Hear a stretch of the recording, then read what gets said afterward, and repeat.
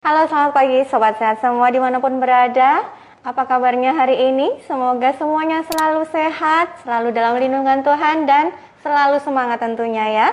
Berjumpa lagi dengan saya Frisni, tentunya di program kesayangan kita semua, Prognosa. Program ngobrol santai bersama Rumah Sakit Panti Waluyo, Surakarta. Nah, Sobat Sehat, saat ini kita masih tetap di dalam masa pandemi ya. Pandemi belum berakhir, maka harus hati-hati jaga kesehatan masing-masing ya.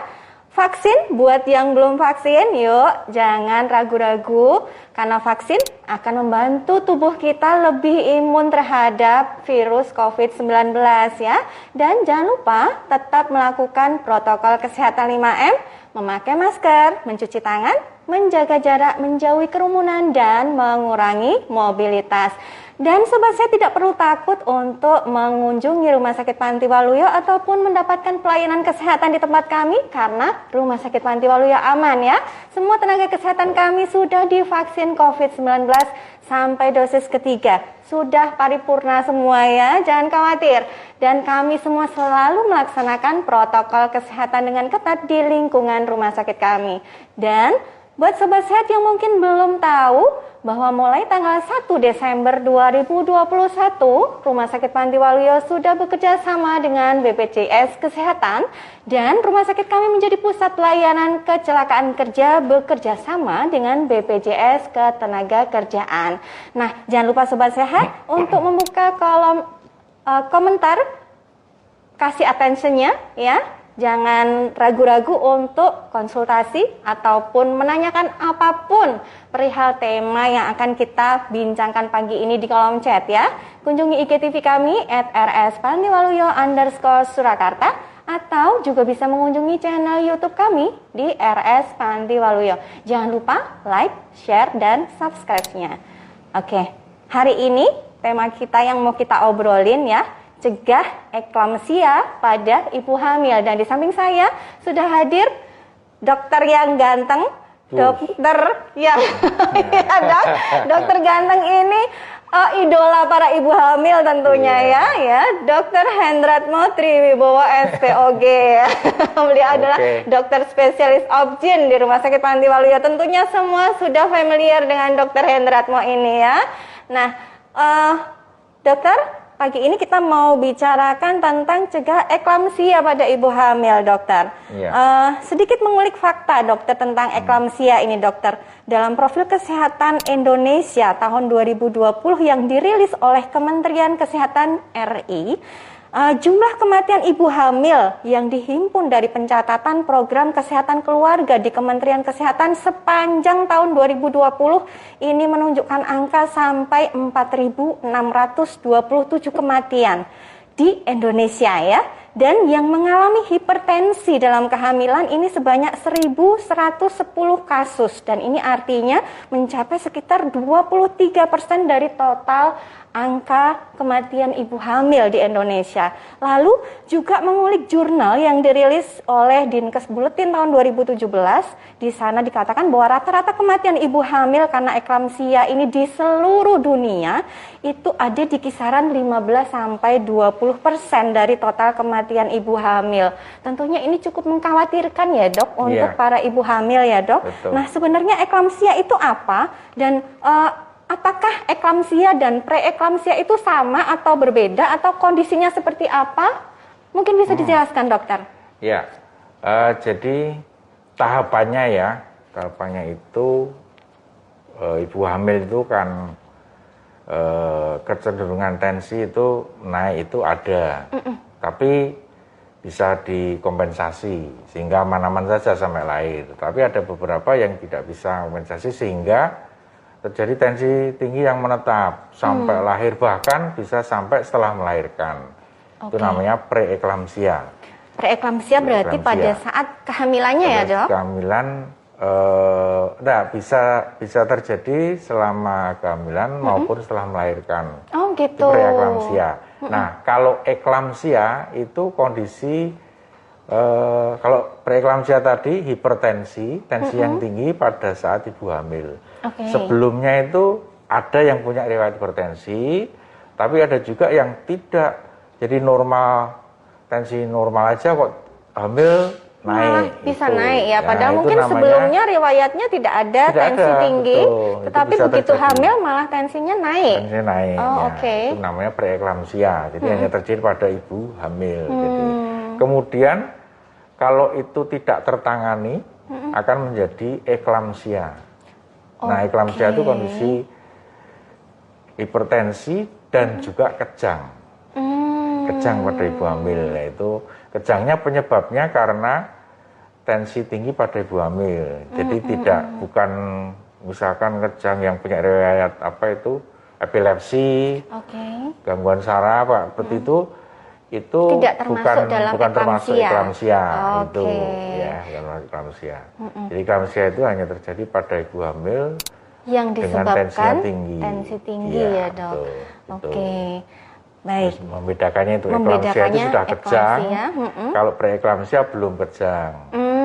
Tidak semua preeklamsia itu menjadi kejang. Oh, oke. Tidak. Jadi hanya beberapa persen ya, lebih kecil tentunya. Itu menjadi kejang gitu. Gitu, nah, Mbak. Ya. Kondisi yang menjadi kegawatan sendiri itu ketika sudah menjadi kejang ya, Dok? Iya. Ya.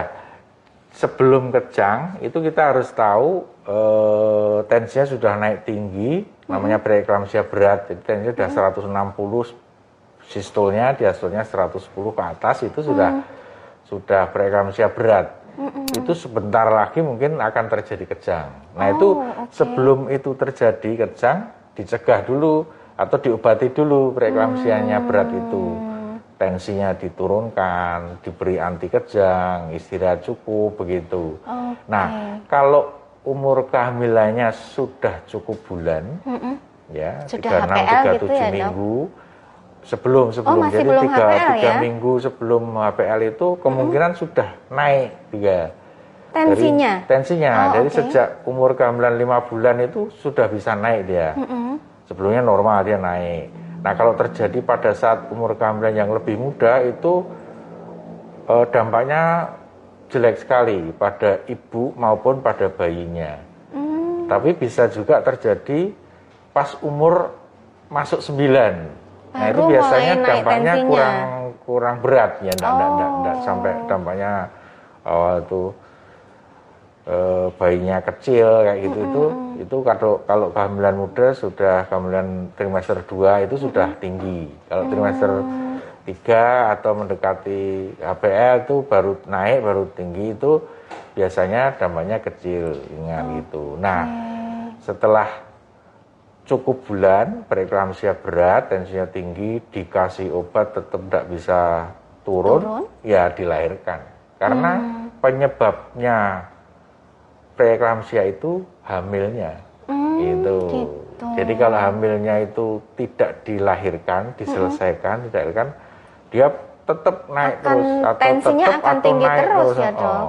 Terus kemudian gitu bisa kejang, nggak bisa diturunkan, kasih pengobatan, istirahat, pengobatan, kok tidak turun ya sudah dilahirkan.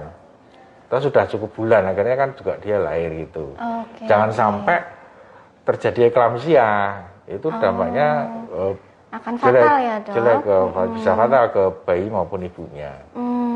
Gitu.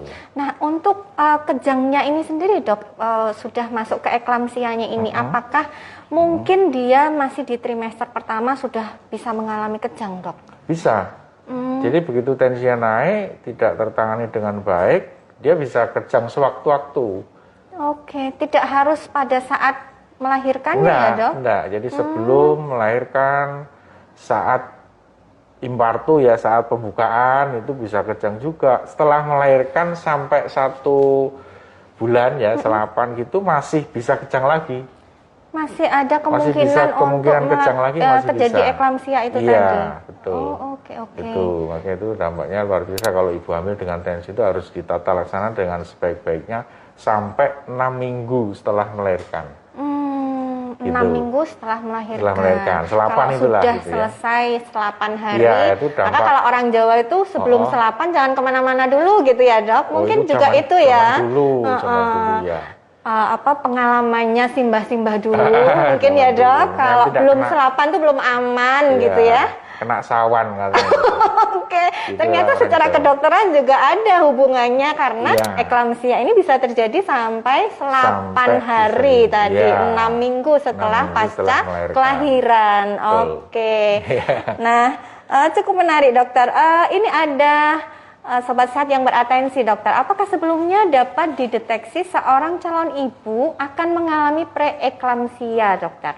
Oh iya, bisa. Jadi memang ada faktor-faktor risiko. Faktor-faktor risiko pada ibu hamil yang bisa menjadi atau prediksi nanti terjadi preeklamsia, terus kemudian menjadi eklamsia. Ada. Bisa diprediksi dari sejak awal kehamilan Iya, ya dok? sejak awal. Misalkan riwayat hipertensi, riwayat preeklamsia kehamilan sebelumnya, kalau ini kehamilan kedua ya. Kemudian orang yang punya diabetes, gangguan ginjal, gemuk ya, indeks massa tubuhnya itu tinggi ya, lebih 30 rata-rata itu, gitu ya? itu ada prediksi untuk terjadi preeklamsia. Nah, kalau ibu-ibu nanti ada 2 atau lebih itu tanda-tanda seperti itu harus hati-hati. Sudah merupakan ANC-nya harus warning ya teratur dok. gitu. Oke, harus kontrol teratur Iya, pada sepanjang masa kehamilan ya Iya, dok. supaya nanti kalau sudah ada tanda-tanda kan sebelum preeklamsia berat itu preeklamsia ringan. Preeklamsia ringan itu tensinya masih di bawah 140. Itu obat-obatan bisa lebih dini masuk.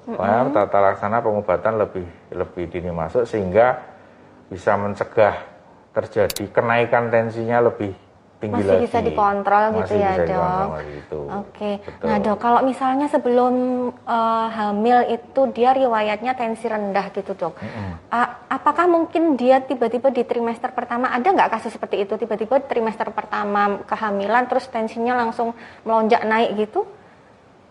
Ya ada juga. Ada juga ya Tapi yang biasanya seperti itu ya? terjadi preeklamsia itu tensinya itu mulai naik itu sekitar 5 bulan ke atas, 20-22 minggu. Mulai kehamilan 5 bulan ke atas biasanya mulai naik ya bisa dok? naik di situ. Kalau sebelumnya pada waktu itu aman-aman saja. Trimester utama itu biasanya aman-aman saja. Masih aman. Iya. Oke. Itu bisa terjadi. Tapi itu waspadai faktor risiko tadi. Yang punya riwayat hipertensi sebelumnya, dulu pernah preeklamsia juga, ya. Kemudian diabetes, ada gangguan ginjal, gangguan penyakit autoimun, itu bisa menjadi memicu lebih dini preeklamsianya. Ya, Oke. Dokter, ada atensi lagi dari Mbak Arinda Wedini ya dokter. Kalau pada kehamilan pertama mengalami eklamsia, di kehamilan berikutnya apakah pasti akan mengalami hal yang sama dok? Oh, bukan pasti ya, tapi bisa terjadi lagi. Tetapi tidak pasti akan terulang lagi eklamsia. Iya, jadi tidak pasti terjadi, tapi bisa. Bisa terjadi. Ya, sama dengan COVID, pernah COVID, kena COVID lagi bisa ya, meskipun sudah vaksinnya. Gitu. Mungkin lagi juga tergantung ini ya dok, deteksi awalnya. Deteksi dini, makanya kalau sudah punya riwayat preeklamsia harus deteksi dini lebih ketat. Artinya ANC-nya itu lebih sering. Kan minimal tuh ANC itu 6 kali ya. 6 kali, 2 diantaranya itu kalau bisa itu kontrol ke SPOG. Ya, supaya dicek dengan USG, itu bisa kelihatan dampaknya, bayinya, beratnya berapa, umur kehamilannya cocok atau enggak. Nah itu bisa diketahui lebih dini. Kemudian pemeriksaan laboratorium. Bisa mendeteksi arah ke prediksi gitu. Nah, ya. dokter, misalnya ada yang tadi terlihat sudah mulai bergejala keeklamsia. Mungkin sobat sehat di rumah penasaran. Terus kalau aku ke dokter spesialis obgyn, kira-kira apa yang akan dilakukan atau terapi apa yang akan dilakukan supaya saya tidak akan mengalami eklamsia, dokter? Ya, oke, jadi di cek untuk riwayatnya dulu. Apakah tadi ya riwayat preeklamsi, gangguan ginjal, kemudian gemuk, berat badan, indeks massa tubuh ya kalau hitungan yang paling bagus itu. Nah, kalau punya riwayat sebelumnya ataupun tidak punya riwayat, itu merencanakan kehamilan itu berat badannya dikurangi dulu. Kalau memang melebihi indeks massa tubuhnya lebih dari 30 itu dikurangi dulu. Ya. Nanti itu yang pertama. Yang kedua yang bisa kita lakukan ya, yang bisa kita lakukan. Oh, ibu-ibu bisa lakukan itu. Yang kedua, kalau sudah hamil berat badan harus dicek juga tiap bulan apakah ada kenaikan yang melonjak. Iya, kadang-kadang ini dok, apa pengaruh hormon atau karena doyan makan ya dok? Ya, jadi biasanya terus jadi gemuk gitu. Memang gitu. Iya, padahal itu ternyata ini ya cukup mengkhawatirkan juga ya, iya, bisa memicu preeklamsia tadi ya. Banyak kenaikan berat badannya. Nanti ada grafiknya itu di buku KIA merah itu sudah ada wanti-wanti, ada warning, sudah ada checklistnya. Checklistnya itu bisa dilihat berapa di situ, kenaikan berapa yang kenaikannya normal yang gitu normal, ya, ini melebihi gitu ada. Gambarnya itu dimasukkan ini bulan keberapa kehamilan kemarin sekian beratnya, terus 1 bulan kemudian naiknya di dalam grafik atau malah keluar grafiknya, nah itu. Di situ sudah mulai kelihatan ya, ya mulai dok, kelihatan. Nanti, Nah itu perlu konsultasi seperti itu. Apa yang mungkin dicari penyebabnya, atau makannya terlalu banyak, atau kurang gerak ya, nah, gitu. Itu pentingnya untuk selalu kontrol rutin kehamilan ya dok ya, supaya terus terkontrol kondisi ibu dan janin di dalam kandungannya. Nah ada lagi sobat sehat yang bertanya dokter, dari Ibu Gracia Yesa, apakah ada cara untuk mencegah preeklamsia di kehamilan berikutnya dokter? Hampir sama ya tadi ya, jadi faktor resiko itu dikolek ya, dikumpulin apa yang kita punya faktor resiko di situ, kemudian dicegah ya itu, kemudian yang bisa dilakukan tadi, kemudian tambah kalau sudah punya riwayat ya, riwayat preeklamsi sebelumnya itu penambahan kalsium sama apa itu aspilat ya, ya. Itu dosis rendah, jadi itu bisa diminum sejak umur kehamilan 13 minggu. 12 minggu, 13, 3 bulan itu sudah, meskipun tensinya belum naik, tapi kalau sudah ada riwayatnya harus dikasih itu. Kalsium itu kebutuhannya sekitar 1 gram sehari. Sehari 1 gram untuk biasanya ibu hamil obat-obat kalsium yang sering kita temui itu 500 mg. Jadi harus nambah 500 mg lagi. Itu bisa dari makanan. Nah, dari makanan itu kebanyakan susu, keju ya, kemudian sayur ya, bayam, kacang-kacangan, kacang beneran itu, bukan kacang plastik itu, bukan kacang. Baik dokter. Kacang delif, kacang brol ya, itu kacang beneran gitu. Terus apokat gitu. Kalau ikan juga salmon, sarden itu bisa, oatmeal itu bisa menambah kalsiumnya lebih kandungannya lebih tinggi. Jadi untuk pencegahan bisa. Gitu. Dok, tadi saya agak-agak tergelitik dengan yang kalau ibu hamil yang mungkin dia punya riwayat mudah sekali berat tubuhnya naik gitu dok. Apalagi ini ditambah harus makan makanan yang asupannya lebih daripada yang ketika sebelum hamil. Otomatis kan dia akan berat badannya meningkat dengan pesat. Nah, ini kan agak kontradiktif dengan kebutuhan janin yang ada di kandungan dengan apa yang diserap sama ibunya. Jangan-jangan malah yang masuk ini keserap ibunya semua malah. Jadi ibunya yang obesitas tapi janinnya tetap saja kurang berat badannya. Seperti itu juga mungkin terjadi ya dok? Nah itu mungkin terjadi pada kasus preeklamsia, itu sering terjadi seperti itu. Ibunya beratnya naiknya cukup atau bahkan berlebih, tapi bayinya malah naiknya tidak signifikan, naiknya itu sedikit atau bahkan tidak naik. Nah itu udah ada tanda-tanda yang kurang bagus. Mungkin dampak tensinya dicek naik, kakinya bengkak, protein urinnya 3 itu ya preeklamsia itu kalau yang sering kita cek itu tensi tinggi, kaki bengkak, kemudian urinnya itu ada proteinnya. Protein urin, jadi ada kandungan kebocoran protein di dalam ginjal, kandungan urinnya protein di dalam urin itu bisa deteksi itu tanda-tanda kalau terjadi sudah preeklamsia. terjadi preeklamsia. Itu, jadi malah justru sebagai warning buat ibunya. Nah, nanti pasti dokternya akan yang merisa akan memberikan advice kalau ini berarti ibunya harus waspada ini. Ini kok ibunya makanannya tinggi, ya makanannya Keserap ibunya semua malah dok. Ya gitu, kok bayinya kecil lah itu. Memang ada saya bilang tadi produk dari susu itu makanan yang mengandung susu itu kalsiumnya tinggi, roti, biskuit gitu itu bisa untuk asupan kalsiumnya yang cukup. Iya. Tetapi karena ada rasa manisnya, itu yang bisa bikin ibunya jadi gemuk.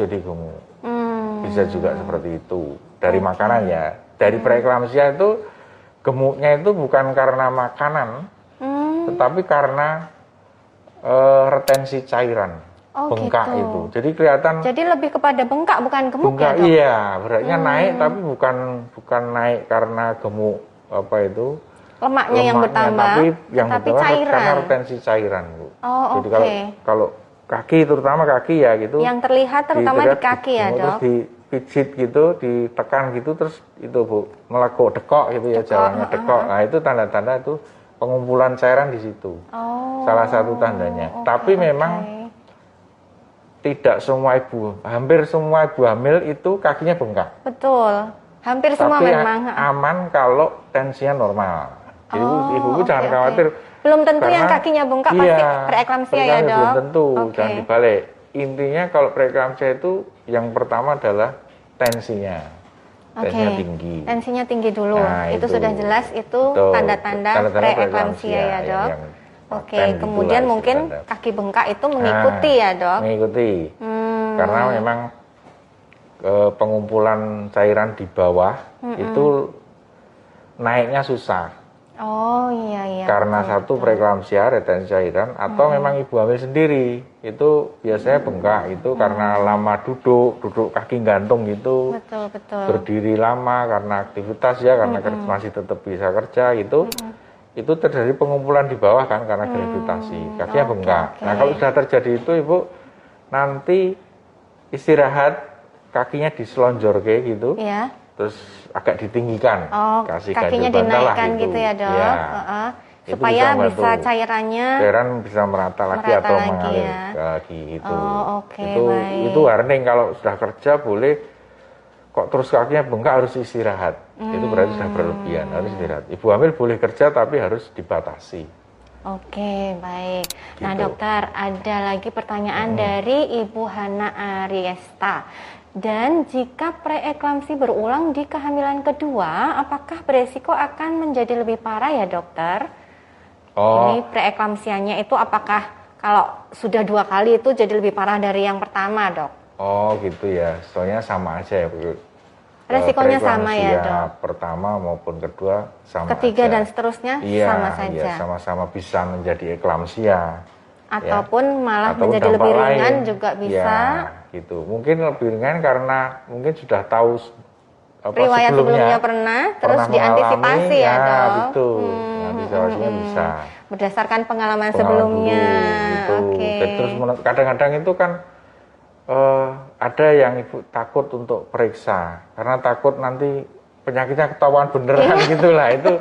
Nah kalau sudah kedua mungkin dulu gitu, jadi nanti akan begini gitu mungkin ibu sudah siap. Sudah gitu, siap mental ya dok, dan sudah tahu penanganannya kemarin begini, saya sekarang jangan begini gitu ya dok.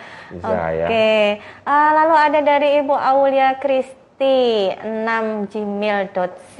Apakah faktor keturunan hipertensi bisa mempengaruhi dok? Nah, faktor keturunan dari si ibu ini ada hipertensi dok. Jadi faktor resiko tadi hipertensi memang, hipertensi kronis. Nah, hipertensi kronis itu memang secara genetik bisa menurun dari orang tua.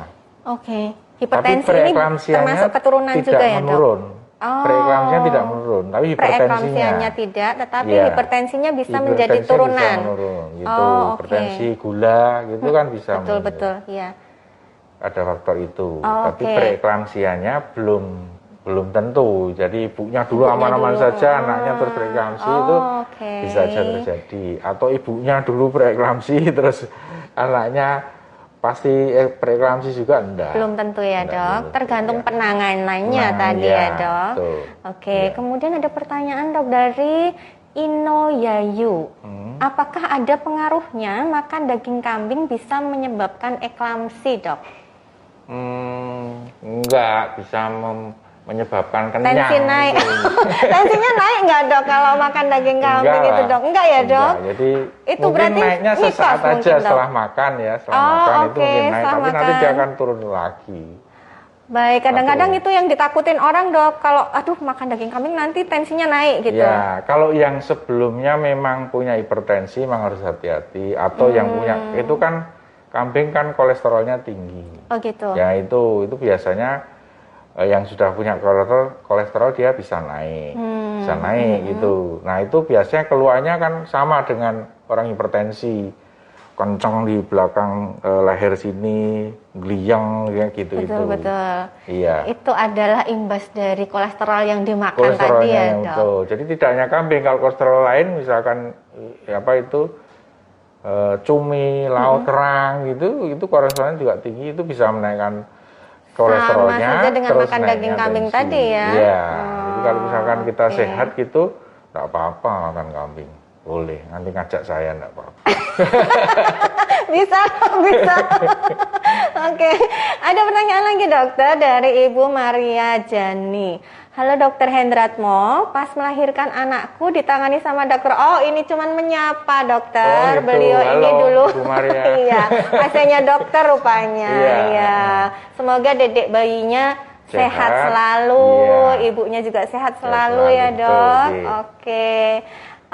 Baik, apakah ada lagi sobat sehat yang ingin bertanya atau berkonsultasi dengan Dokter Hendratmo terkait dengan eklamsia?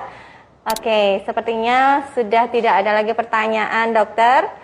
Ya, semoga apa yang tadi sudah kita sharingkan dengan dokter ini bermanfaat buat para sobat sehat di rumah, terutama untuk para ibu-ibu hamil ya, Dok ya. Apalagi ini masih dalam masa pandemi, jadi resikonya itu lebih banyak daripada kalau pas tidak pandemi ya, Dok. Sudah harus menjaga kehamilan dengan baik, harus menjaga diri dari virus COVID juga gitu ya, Dok. Nah, jangan sampai hanya gara-gara tidak kontrol rutin kemudian mengalami preeklamsia. Nah, dokter mungkin bisa diberikan untuk closing statement pesan buat para ibu hamil di rumah yang mungkin punya keluhan, aduh leherku kok suka cengeng-cengeng ini, atau saya kok sering pusing. Mungkin ada pesan-pesan khusus, dokter, untuk para ibu hamil di rumah. Ya, jadi yang penting itu deteksi dini lewat ANC, antenatal care, kontrol ke fasilitas kesehatan mana yang dekat situ, bisa ke dekat bidan rumah, ya, Dok. ke klinik, pakai umum maupun asuransi maupun BPJS semua akan ditangani. Oke. Akan dicek semuanya. Tadi minimal itu kontrol itu 6 kali. 6 kali selama masa kehamilan ya, Dok? Iya, trimester pertama 2 kali, trimester 3 2 kali, trimester 2 kali, trimester 3 2 kali itu sampai melahirkan. Dari situ nanti juga akan terdeteksi mana ada faktor risiko apa juga nanti akan ditanyakan. Riwayat persalinan yang dulu, riwayat kehamilan yang dulu pasti akan ditanyakan oleh petugas kesehatan yang melayani di situ, bidan, puskesmas boleh. Itu nanti akan kalau ditemukan sesuatu yang apa itu patologis namanya, yang itu pasti akan dikasih rujukan ke tingkat yang lebih tinggi lagi. Nah itu jadi ibu-ibu pentingnya ANC itu di samping untuk makan cukup, istirahat cukup, ya aktivitas juga boleh, kerja boleh, tapi dibatasi. Itu sudah rutin dilakukan, gitu, ya. Kemudian kalau ditemukan ada riwayat preeklamsia sebelumnya, itu yang memang mungkin yang perlu lebih serius. Ya, lebih jadi yang bisa warning, dilakukan ibu-ibu sebelum periksa atau mungkin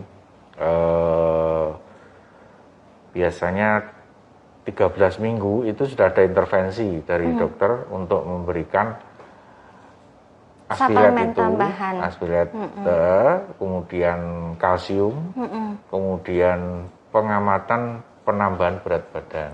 Itu nanti Bu dari sebelum merencanakan kehamilan mungkin sudah ada faktor resiko itu, mungkin dikonsultasikan dulu juga boleh. Apa yang perlu dilakukan, makanan, olahraga atau apa yang dipersiapkan lagi. Kalau tanda-tanda apa yang akan terjadi ya konsultasi ke dokter tadi. Terutama yang punya faktor resiko tadi. Betul sekali.